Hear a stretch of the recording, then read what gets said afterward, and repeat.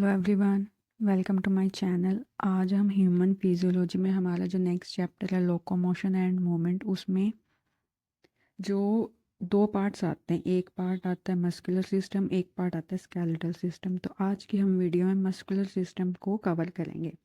ठीक है, muscular system में मसल्स और मसल कॉन्ट्रैक्शन के बारे में आपको पढ़ना है। ठीक है, आइए स्टार्ट करते हैं। तो सबसे पहले लोकोमोशन एंड मूवमेंट क्या होता है। लोकोमोशन होता है डिस्प्लेसमेंट ऑफ होल बॉडी, और मूवमेंट होता है displacement of only body parts. ठीक है, अब यहाँ पे टाइप ऑफ मूवमेंट्स है, दो टाइप ऑफ मूवमेंट्स हैं, non muscular movement and muscular movement. Non muscular movement तीन टाइप की है। पहली है एमेबॉयड मूवमेंट। एमेबॉयड मूवमेंट है बाय सीडोपोडिया होती है, इसका एग्जांपल है मोस्ट ऑफ मैक्रोफेजेस। सेकंड आती है ciliary movement by the help of cilia, इसके एग्जाम्पल है in trachea and fallopian tube. Fallopian tube में एग की मूवमेंट में हेल्प करते हैं। ठीक है, नेक्स्ट है हमारी flagellar movement. Flagellar movement help with flagella, ये पाई जाती है स्पर्म्स में। उसके बाद नेक्स्ट मूवमेंट है मस्कुलर मूवमेंट। देखो, study of muscles, muscular movement इसको बोलते हैं मायोलॉजी और सार्कोलॉजी। जो ये है ये मीजोडर्मल इन ओरिजिन होता है, एक्सेप्ट सिलियरी मसल और आयरस मसल, ये एक्टोडर्मल इन ओरिजिन होते हैं।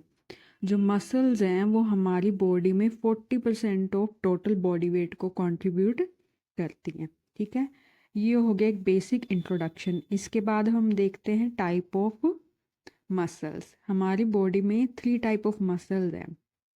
फर्स्ट है स्केलेटल मसल, स्मूथ मसल और कार्डियक मसल। स्केलेटल मसल को हम स्ट्राइप मसल और स्ट्रेटेड मसल और वॉलेंटरी मसल भी बोलते हैं। ये सिलेंड्रिकली अनब्रांच्ड होती हैं, मल्टी न्यूक्लिएटेड होती हैं। ठीक है, इसमें बहुत सारे न्यूक्लियस प्रेजेंट होते हैं और इसमें अल्टरनेट डार्क और लाइट बैंड प्रेजेंट होते हैं। ये इसका स्ट्रक्चर दिया गया है। ठीक है, फिर नेक्स्ट आती है स्मूथ मसल। स्मूथ मसल को हम विसरल मसल और नॉन स्ट्राइटेड और इनवॉलेंट्री मसल भी बोलते हैं। ये स्पिंडल शेप्ड होती है, अनब्रांच्ड होती है, यूनिन्यूक्लिएटेड होती है और इसमें कोई भी डार्क और लाइट बैंड नहीं प्रेजेंट होता। नेक्स्ट है कार्डियक मसल और हार्ट मसल। ये सिलेंड्रिकली ब्रांच्ड होती है, यूनिन्यूक्लिएटेड होती है, स्ट्रक्चरली स्ट्राइप्ड होती है, फंक्शनली इनवॉलेंट्री होती है। हार्ट की मूवमेंट है वो आपके कंट्रोल में नहीं है, वो इनवॉलेंट्री है, वो होती रहेगी, वो होगी ही होगी। ठीक है, अब ये इसकी स्ट्रक्चर दिखाई गई है, इसमें एक इंटरकैलेटिंग डिस्क प्रेजेंट होती है। ठीक है, अब ये मसल्स का हो गया स्ट्रक्चर। अब हम देखो देखो जो हमारी बोन्स हैं वो हमारी मसल से अटैच होती हैं, तो वो टेंडन की हेल्प से अटैच होती हैं। किसकी हेल्प से अटैच होती हैं? टेंडन की हेल्प से। ठीक है, स्ट्रक्चर ऑफ स्केलेटल मसल।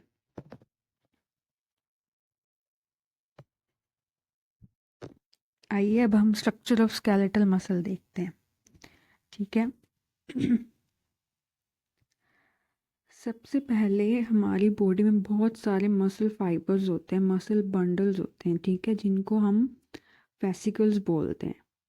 ठीक है, जिनको हम बोलते हैं फेसिकल्स। इनके मेम्ब्रेन को पेरीमाइसियम बोला जाता है। इससे ये आपस में कनेक्टेड होते हैं by the help of fascia, by the help of fascia. ठीक है, अब जो एक मसल फाइबर है उसकी मेम्ब्रेन को एंडोमाइसियम बोला जाता है। मसल फाइबर के अंदर मायोफिब्रिल्स प्रेजेंट होते हैं, जिसके अंदर मायोफिलामेंट हमारे होते हैं एक्टिन और मायोसिन। ठीक है, आपको एक हायरार्की बताते हैं कि बहुत सारी मसल बंडल्स होते हैं, बहुत सारे मसल बंडल्स होते हैं, मसल बंडल्स, फिर मसल फाइबर से मायोफिब्रिल, फिर मायोफिलामेंट, एक्टिन एंड मायोसिन। ठीक है, अब आपको एक मसल फाइबर के स्ट्रक्चर बताते हैं। ये है एक मसल फाइबर। मसल फाइबर का जो एक फंक्शनल यूनिट होता है उसको हम बोलते हैं सार्कोमेयर। सार्कोमेयर, ठीक है। सार्कोमेयर में अब आगे क्या होता है, जो टू जेड लाइंस होती हैं उनके बीच का जो होता है उसको हम एक सार्कोमेयर बोलते हैं, ठीक है। अब हमने देखा थिन और थिक फिलामेंट होते हैं। थिन फिलामेंट एक्टिन फिलामेंट होता है, थिक फिलामेंट मायोसिन फिलामेंट होता है, ठीक है। ये एक होती है जेड लाइन, जो ये ब्लैक से बना हुआ डार्क पार्ट होता है ये होता है थिक फिलामेंट, और ये होता है हमारा थिन फिलामेंट, ठीक है। जो ये सेंटर का पार्ट होता है जहाँ पे सिर्फ थिक फिलामेंट होता है उसको हम बोलते हैं एच जोन। इसके सेंटर में प्रेजेंट होती है एक लाइन जो होती है एम जोन, जिस एम लाइन जिसको हम बोलते हैं हैंसन लाइन, ठीक है। जो थिन फिलामेंट और थिक फिलामेंट ओवरलैप होते हैं वो बनाते हैं ए बैंड और डार्क बैंड। जो थिन फिलामेंट होता है वो बनाते हैं आई बैंड और light band. I stand for isotropic, A band stand for an isotropic. अब बहुत सारे प्रोटीन इन्वॉल्व होते हैं, उनको हम देखते हैं। एम लाइन होता है मायोमेसिन प्रोटीन, जेड लाइन बना होता है अल्फा एक्टिनिन प्रोटीन से। अब एक प्रोटीन होता है title protein. Title protein thick filament को जेड लाइन से अटैच करता है। नेक्स्ट है नेबुलिन प्रोटीन। नेबुलिन प्रोटीन एम लाइन को जेड लाइन से अटैच करता है। अब देखो यहाँ पे जो थिक फिलामेंट है ये आपको यहाँ पे डायग्राम में नहीं दिखाया ताकि वो डायग्राम कॉम्प्लिकेटेड ना हो जाए, इसलिए यहाँ पे लिख दिया। ये जो थिक फिलामेंट है ये कोई ऐसे हवा में तो लटकता नहीं रहेगा, ठीक है। फिलामेंट है, फाइबर्स है, तो ये अटैच होंगे, तो ये प्रोटीन से अटैच होते हैं, ठीक है। टाइटिन प्रोटीन और नेबुलिन प्रोटीन, ठीक है। हो गए हमारे मसल फाइबर में आपको क्या क्या याद रखना है। एक होती है जेड लाइन, फिर बनता है एच जोन। एच जोन का सेंटर होता है वो होता है M line. Thin filament actin I band बनाता है। थिन और थिक फिलामेंट ए बैंड और डार्क बैंड बनाते हैं, ठीक है। अब ये जो हमारा फंक्शनल सार्कोमेयर होता है इसी की कॉन्ट्रैक्शन होती है। जब मसल कॉन्ट्रैक्शन होती है ये जेड लाइन मूव करती है, ठीक है। सार्कोमेयर होता है कॉन्ट्रैक्टाइल यूनिट ऑफ मसल होता है, distance between two Z line, ये यहाँ पे लिखा गया है। अब जो प्लाज्मा मेम्ब्रेन ऑफ मसल होती है उसको हम बोलते हैं सार्कोलेमा। माइटोकॉन्ड्रिया ऑफ मसल को बोला जाता है सार्कोसोम। एंडोप्लाज्मिक रेटिकुलम ऑफ मसल होता है sarcoplasmic reticulum. Sarcoplasmic reticulum calcium ions को स्टोर करता है, इसका आगे मसल कॉन्ट्रैक्शन में रोल होता है, ठीक है। अब जो हमने दो पढ़े हैं कि एक्टिन है मायोसिन है, उन्हीं की वजह से सारा मसल कॉन्ट्रैक्शन होता है, तो उनकी स्ट्रक्चर इंपॉर्टेंट होती है। तो अब हम उनकी स्ट्रक्चर देखते हैं। सबसे पहले हम थिन फिलामेंट या एक्टिन फिलामेंट की स्ट्रक्चर देखते हैं। एक्टिन फिलामेंट होता है वो टू एफ यूनिट से मिलके बना होता है। टू एफ फिलामेंटिन एक्टिन होते हैं जो हेलिकली वाउंड होते हैं एक दूसरे से। F actin polymer of monomeric globular actin, ठीक है। कि जो एफ एक्टिन होता है वो ग्लोबुलर एक्टिन के पॉलीमर होता है। देखिए ये स्ट्रक्चर है, ये हैं दो एफ एक्टिन जो एक दूसरे के साथ बाउंडेड होते हैं। उसके बाद एक तीसरी प्रोटीन आता है जो होता है ट्रोपोमायसिन। ये जो देख रहे हैं आप ये होता है ट्रोपोमायसिन। इसके बाद एक और प्रोटीन होती है जो होती है ट्रोपोनिन। ट्रोपोनिन की 3 बाइंडिंग साइट होती है, TPI, TPC, TPT, ठीक है। ये जो एक्टिन है इसके ऊपर मायोसिन बाइंडिंग साइट होगी जो ट्रोपोनिन और ट्रोपोमायोसिन से कवर होती है, इसको मास्क किया होता है, ठीक है। जब मसल कॉन्ट्रैक्शन होनी होगी तभी ये अनकवर होंगे, उसके बाद मायोसिन की बाइंडिंग होंगी, उससे पहले ये रिलैक्स स्टेट में होते हैं, ये कवर होते हैं, ठीक है। ये हो गया थिन फिलामेंट का स्ट्रक्चर। थिन फिलामेंट में क्या क्या होता है, ट्रोपोनिन, ट्रोपोमायोसिन, ठीक है। आगे है थिक फिलामेंट, इसको हम डार्क बैंड या ए बैंड भी बोलते हैं। ये मायोसिन प्रोटीन का बना होता है। मायोसिन प्रोटीन पॉलीमर ऑफ मेरामायोसिन होता है। अप्रोक्स 300 मेरामायोसिन होता है। अब एक इसकी स्ट्रक्चर देखते हैं। देखो इसमें ये दो मायोसिन दिखाए गए हैं। ये एक दूसरे से हेलिकली वाउंड है। ये head, arm, tell.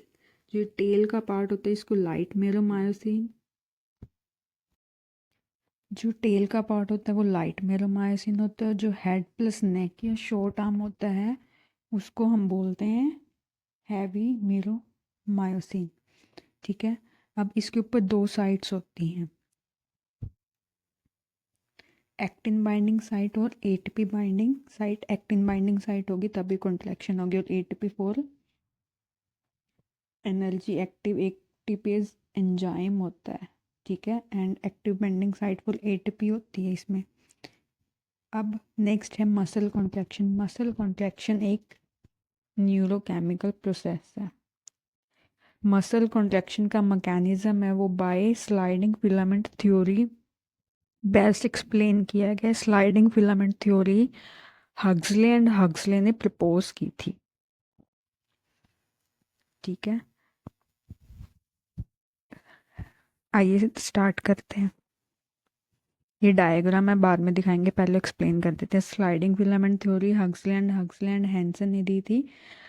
Muscle contraction में थिन फिलामेंट होता है, स्लाइड करता है थिक फिलामेंट में। अब मसल कॉन्ट्रैक्शन के ड्यूरिंग कौन कौन से चेंजेस आते हैं? Z line come closer, I band shorten हो जाता है, एच जोन डिसअपीयर हो जाता है, सार्कोमेयर शॉर्टन हो जाता है। जो लेकिन जो ए बैंड होता है, थिक फिलामेंट होता है, वो अनचेंज रहता है। अब इसका मैकेनिज्म स्टार्ट करते हैं। देखिए, सबसे पहले सेंट्रल नर्वस सिस्टम से एक सिग्नल इनिशिएट होता है। कहाँ से होता है? सेंट्रल नर्वस सिस्टम से एक सिग्नल सेंड किया जाता है वाया मोटर न्यूरॉन। ठीक है। वो मोटर इम्पल्स है वो न्यूरोमस्कुलर जंक्शन पे जाती है। ठीक है। अब न्यूरोमस्कुलर जंक्शन मोटर न्यूरॉन और मसल के सैरकोलेमा के बीच में जंक्शन होता है, उसको न्यूरोमस्कुलर जंक्शन बोलते हैं। वहाँ पे वो जाती है, फिर वहाँ से न्यूरोट्रांसमीटर एसिटाइल कोलिन रिलीज होता है। अब एसिटाइल कोलिन रिलीज हो गया, इसके बाद जो ये न्यूरोट्रांसमीटर होते हैं इसके रिसेप्टर सार्कोलेमा पे प्रेजेंट होते हैं, वो जाके उसके ऊपर बाइंड कर जाएगा, एक्शन पोटेंशियल रिलीज होगी। ठीक है। फिर Na पॉजिटिव का इन्फ्लक्स होगा, डीपोलराइजेशन हो जाएगी। ठीक है। इतना हो गया। अब ये जो इम्पल्स है ये सार्कोप्लाज्मिक रेटिकुलम में वाया टी ट्यूब्यूल पहुंच जाएगी। टी ट्यूब्यूल भी मॉडिफिकेशन होती है सिस्टर्नल ट्यूब्यूल की। इसके बाद सार्कोप्लाज्म में कैल्शियम आयन रिलीज हो जाएगी। कैल्शियम आयन रिलीज होने के बाद जो ट्रोपोनिन की सी सब यूनिट है उसके साथ बाइंड हो जाती है, इससे कन्फर्मेशनल चेंज आता है। इस चेंज के बाद एक्टिन की साइट फ्री हो जाती है। एक्टिन की साइट फ्री होती मायोसिन हेड है वो एक्टिव की साइट एक्टिन की एक्टिव साइट के साथ बाइंड हो जाता है, वहाँ पे होती है cross bridge formation, power stroke होता है। अब ये ना अच्छे से बाइंड हो जाते हैं एक दूसरे के साथ। ठीक है। उसके बाद फिर ये एटीपी को यूज़ करके स्लाइडिंग और रोटेशन, जो अपना वो हेड होता है उसको रोटेट करके और कॉन्ट्रैक्शन का हेड रोटेट करता है और कॉन्ट्रैक्शन होती है, और जो थिन फिलामेंट है वो थिक फिलामेंट के ऊपर स्लाइड हो जाता है। ठीक है। एच जोन आई बैंड ये शॉर्टन हो जाते हैं, मसल कॉन्ट्रैक्शन होती है। अब आपको दोनों डायग्राम दिखा देते हैं। देखिए, एक्टिन फिलामेंट है, मायोसिन फिलामेंट है, उसके बाद क्रॉस ब्रिज फॉर्मेशन होती है। ये देखिए फॉर्मेशन ऑफ क्रॉस ब्रिज। अब मायोसिन हेड है वो एक्टिन के साथ क्रॉस ब्रिज फॉर्मेशन बनाएगा, और ये नहीं कि लूज नहीं होता, ये पूरी अच्छे से ऐसे हेड स्ट्रक्चर होती है, इसके अंदर अच्छे से फिल हो जाता है। ठीक है। क्रॉस ब्रिज हो गया। इसके बाद फिर ये स्लाइड करता है, रोटेट करता है एटीपी को यूज़ करके। ठीक है। अच्छे से उसको वो कॉन्ट्रैक्ट कर देता है। उसके बाद न्यू एटीपी आएगी, न्यू एटीपी आके बाइंड होगी, फिर ये क्रॉस ब्रिज की ब्रेकेज होगी और फिर ये साइकिल फिर से स्टार्ट हो जाएगी, फिर से वो बाइंड करेगा, फिर से वो आएगी। ठीक है, अब ये देखिए ये रिलैक्स स्टेट में है, जेड लाइन सार्कोमेयर, उसके बाद कंट्रैक्शन हुई तो और छोटा हो जाता है और ये मैक्सिमली कंट्रैक्ट हो जाती है तो सार्कोमेयर्स कंट्रैक्ट हो गए हैं। ठीक है, लेकिन इसमें एक चीज़ है जो अनअफेक्टेड रहती है, वो होती है थिक फिलामेंट, उसका वो डिस्टेंस सेम रहता है, बाकी सब शॉर्टन हो जाते हैं। ये हो गया हमारा सारा मसल कॉन्ट्रैक्शन का मैकेनिज्म। इसके बाद आगे दो टाइप ऑफ स्केलेटल मसल या मसल फाइबर्स होते हैं, red muscle, white muscle. Red muscle इसमें मायोग्लोबिन कंटेंट बहुत ज़्यादा होता है, रेडिश अपीयरेंस होती है, माइटोकॉन्ड्रिया ज़्यादा प्रेजेंट होते हैं, तो इसकी वजह से इसको एरोबिक मसल भी बोला जाता है। सार्कोप्लाज्मिक रेटिकुलम इसमें लो होता है। जो वाइट मसल होती है या वाइट फाइबर बोलते हैं हम, इसमें मायोग्लोबिन कम होता है, इसलिए इसकी अपीयरेंस वाइट और पेल होती है। माइटोकॉन्ड्रिया कम होते हैं, एनारोबिक मसल होती है, सार्कोप्लाज्मिक रेटिकुलम ज़्यादा होते हैं, इसलिए फास्ट मसल होता है। ठीक है, यहाँ पे ये जो मसल या मस्कुलर सिस्टम है, इसका सारा पार्ट कंप्लीट हो जाता है। Thank you so much for watching.